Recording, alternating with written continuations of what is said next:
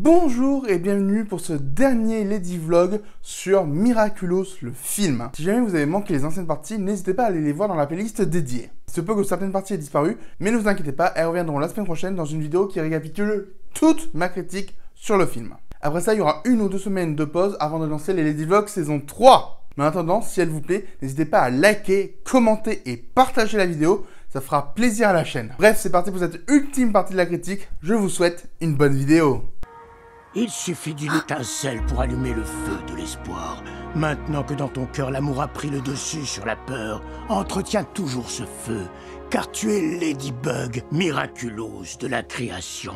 Encore une fois, c'est vraiment pénible d'avoir des répliques qui sont jolies sur le principe, mais totalement incohérentes. Parce que la seule chose qu'a fait Marinette, c'est sauver Chat Noir d'une attaque. Sauf qu'elle a fait ça peut-être par amour, mais surtout grâce à son courage. C'est ce qui est dit dans le film. Mais allez, c'est joli. On s'en fout, non? Je ne sais pas ce que je dois faire. Pourquoi Ladybug demande ce qu'elle doit faire? Le méchant est vaincu, non? Rappelle-toi, qui sauve une vie, sauve le monde. Grâce à ton instinct, tu m'as pourtant sauvé la vie. Et puis sincèrement, la réponse de Fou ne répond à rien. Parce que oui, elle a sauvé ta vie, et donc peut-être le monde par extension, mais ça répond pas à la question. Encore une fois, il faudrait arrêter avec les dictons niais qui sont juste jolis et mettre de vrais dialogues qui ont du sens. C'était vous? J'ai tellement pas envie de commenter tellement c'est débile. On a un petit vieux qui te parle avec une voix grave de sauver le monde d'une manière un peu cryptique. Tu pouvais pas faire le rapprochement toi-même? Fais gaffe parce que même Dora est plus futée que toi. Comment tu as pu le récupérer? On t'a pas vu bouger une seule fois, et pourtant, tu l'as entre les mains. Encore une fois, c'est n'importe quoi, c'est incohérent. Notre ville avait à revivre une telle tragédie. Le pouvoir de l'amour sera là pour vous protéger. Et encore une fois, je trouve que vous forcez beaucoup trop avec le pouvoir de l'amour. Sincèrement, quand on va voir ce qui se passe juste après, enfin, juste maintenant du coup...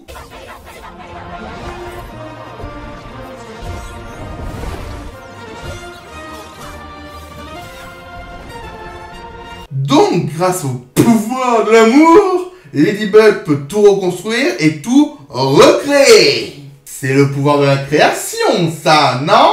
Sauf que c'est comme le cataclysme. On ne l'a pas introduit avant, du coup, ça sort du cul des scénaristes. C'est la deuxième partie vulgaire de la vidéo. Et surtout, le fait de mettre ça maintenant, ça fait poser un tas de questions. Est-ce que, avant ça dans le film, il n'y a eu aucun moment où il y avait autant de dégâts que maintenant? Et même pourtant si, on en a vu à la fête foraine. Est-ce que la grande roue est encore posée sur la pyramide du Louvre ou pas? Sincèrement, il n'y a rien de logique dans tout ça. Et en plus, c'est un très mauvais message du film de le mettre à la fin. Parce que c'est quoi le message du film du coup? Est-ce que c'est l'histoire d'une famille dysfonctionnelle? Non! Parce que Adrien et Gabriel ne partagent quasiment aucune scène ensemble. Est-ce que du coup le message c'est de s'accepter en tant que super-héroïne? Bah non plus, parce que ça on l'a réglé en moitié de film. On en a reparlé un peu à la fin, mais globalement, tout était résolu. Le message du film, c'est juste le pouvoir de l'amour. Et c'est un message de merde. Alors oui, je suis d'accord, l'amour c'est important. Il faut pas se faire la guerre, il faut s'aimer les uns des autres. Ok, sauf que délivrer le message comme ça, bah on se fiche du vrai message qu'on aurait pu avoir. Sur le courage, le fait de s'accepter, le fait d'avoir des familles dysfonctionnelles, ça aurait été beaucoup mieux. Donc avec cette scène, on a une énième insulte à la série, mais également au film en fait. Et sincèrement, ça me saoule. On aurait pu avoir quelque chose de génial, mais on a l'amour. C'est nul.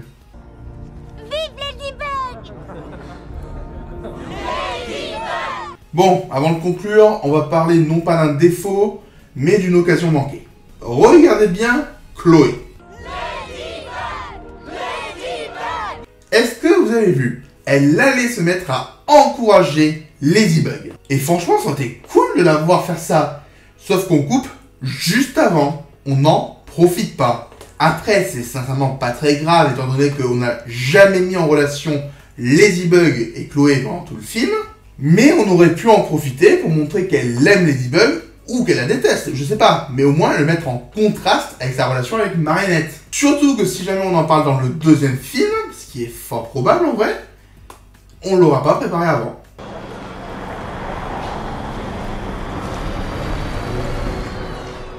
Oh, regardez, c'est une Volkswagen. Volkswagen.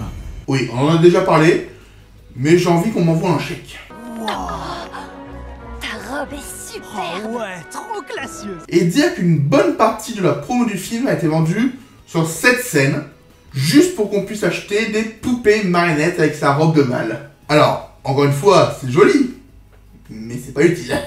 Ceci dit, j'adore le costume d'Alix. Marinette, j'espère que tu passes une très belle soirée, parce que l'année prochaine, je vais continuer à te harceler. Les fans de Chloé, vous avez vu? Elle a lâché le mot là. Elle la harcèle. Et je pense qu'il est temps de s'en rendre compte, le harcèlement est quelque chose de grave. Donc les fans de Chloé, je vous le dis sincèrement, vous avez le droit d'apprécier le perso, mais par contre vous n'avez aucun droit de défendre ce qu'elle fait. Le sujet est bien trop important et sérieux pour être ignoré. Et Sabrina qui fait un geste du genre « Oh, c'est pas grave, elle changera pas, elle est comme ça », bah je trouve que c'est pire. Surtout quand Sabrina en fait juste fait tapisserie pendant tout le film. J'ai accéléré, mais sachez que c'est long comme plan. Super long. Marinette? C'est bien, tu connais son nom. Je voyais pas l'intérêt de le dire à ce moment-là.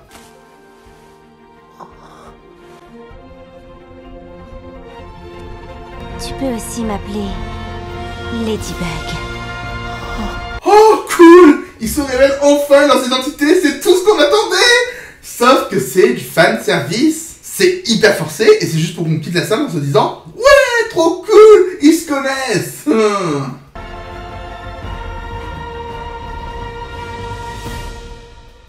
Et en plus, on n'a pas de bisous. Donc c'est du fanservice, mais du fanservice qui va vous frustrer, vous les fans. Alors personnellement, j'adore quand les films ou les séries savent jouer avec la frustration.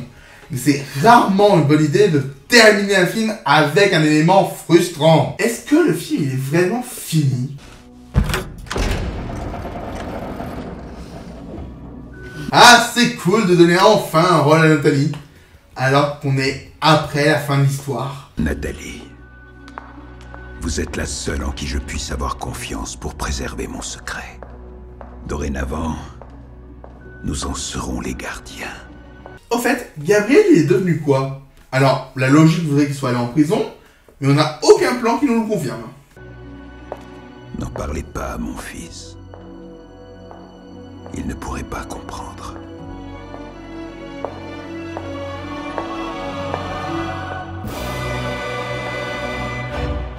Normalement, on devrait avoir une Emily qui est totalement décomposée, parce qu'elle a aucun cercueil pour ne serait-ce que la préserver. Donc encore une fois, c'est hyper joli, mais c'est au détriment de la logique.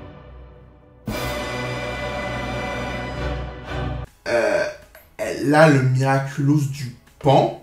Sérieusement? Je croyais qu'un seul des Miraculous avait disparu. C'est ce qu'on nous a dit au tout début du film. Et si vous voulez en être sûr, regardez le début de la review. Oh mais bon, au final, c'est pas le cas. Il y en a 2 qui ont disparu. Ou 3, ou 4, ou 5, je sais pas. Est-ce que vous vous rendez compte à quel point c'est débile? Pourquoi on nous introduit quelque chose qui est faux? Qui est factuellement faux? Parce que je suis d'accord pour qu'on utilise la suite du film. Mais ne faites pas ça en chiant sur le début de votre propre film. Franchement, c'est horrible comme façon de faire. Mais bon, allez, c'est terminé. Il est temps de conclure. Et pour la conclusion, j'ai envie de mettre en avant tous ceux qui ont travaillé sur ce film. Donc, générique. Ce film a plein de défauts, mais aussi des qualités, comme j'ai pu les énumérer pendant une bonne partie de la vidéo. Pour moi, la qualité la plus évidente, c'est la beauté du film. On peut ne pas être fan des graphismes, mais on ne peut pas nier qu'ils se sont donné les moyens. À part 2 ou 3 petits moments, on a toujours une animation fluide et magnifique. Et en plus, la lumière est divine. J'ai pas beaucoup d'exemples de films animés ou en live action qui sont aussi léchés au niveau de leur photographie de nuit. En journée, ça se voit un peu moins, mais cela reste très sympa. Et un autre bon point, c'est certains aspects de la mise en scène, qui sont relativement efficaces au niveau de la symbolique. Je ne sais pas forcément si c'est fait exprès, mais j'ai aimé les analyser. Le problème, c'est que les mises en scène sont gâchées par un scénario relativement incohérent sur plein de points. Le film veut se différencier de la série, mais en faisant ça, il multiplie des erreurs grossières lorsqu'il doit reprendre des idées de base. L'utilisation des personnages secondaires ou les pouvoirs des héros amène beaucoup de problèmes. On pourrait imputer ça à un manque de temps, mais je pense surtout que c'est une mauvaise gestion du temps. Jérémy Zag voulait raconter une certaine histoire et il a choisi les éléments qui l'intéressaient au détriment de d'autres. Dans l'univers Miraculous, on a deux relations centrales pour le moment. La première, c'est celle amoureuse entre les deux protagonistes, et la deuxième, c'est Adrien et Gabriel, le fils et le père, le gentil et le méchant. Et à mes yeux, les deux relations sont très importantes. Sauf que la deuxième n'est quasiment pas exploitée dans le film. Par contre, la relation amoureuse est très bien exploitée dans les sentiments entre les deux super-héros, même si le nouveau carré amoureux est plus compliqué à mettre en place que celui de la série qui est plus équilibré. Et malgré un dernier acte raté à mon goût pour eux, nos deux héros sont magnifiques, et clairement c'est l'un des points forts du film. Et ça, c'est notamment grâce aux chansons d'amour du film, car elles sont souvent très belles visuellement, et l'air qui les accompagne est aussi très bon. Et globalement, j'ai aimé écouter les chansons, mais le problème, c'est les paroles. Globalement, c'est joli, mais cela manque cruellement de sens, et c'est un énorme défaut quand on sait comment Jérémy Zag a appréhendé l'écriture du film. Les chansons ont conduit le scénario au lieu de l'inverse.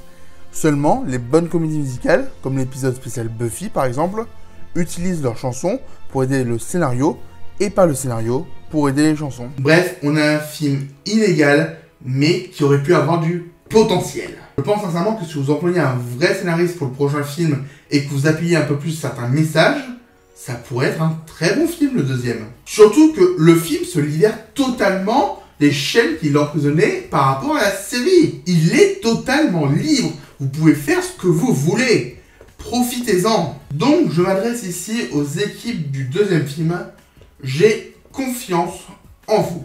Je pense sincèrement que vous pouvez faire un bon film. On a eu ici le film d'animation français le plus cher de l'histoire. Faisons en sorte que son budget soit à la hauteur de ce qu'il nous promet. Bref, je vous remercie encore de m'avoir suivi pour cette longue critique. N'hésitez pas à vous abonner, à liker, à la partager. Et on se retrouve pour la saison 3 des Lady Vlog. Un immense merci à tous les tipeurs et membres de la chaîne. Votre solidarité fait vraiment plaisir. Merci.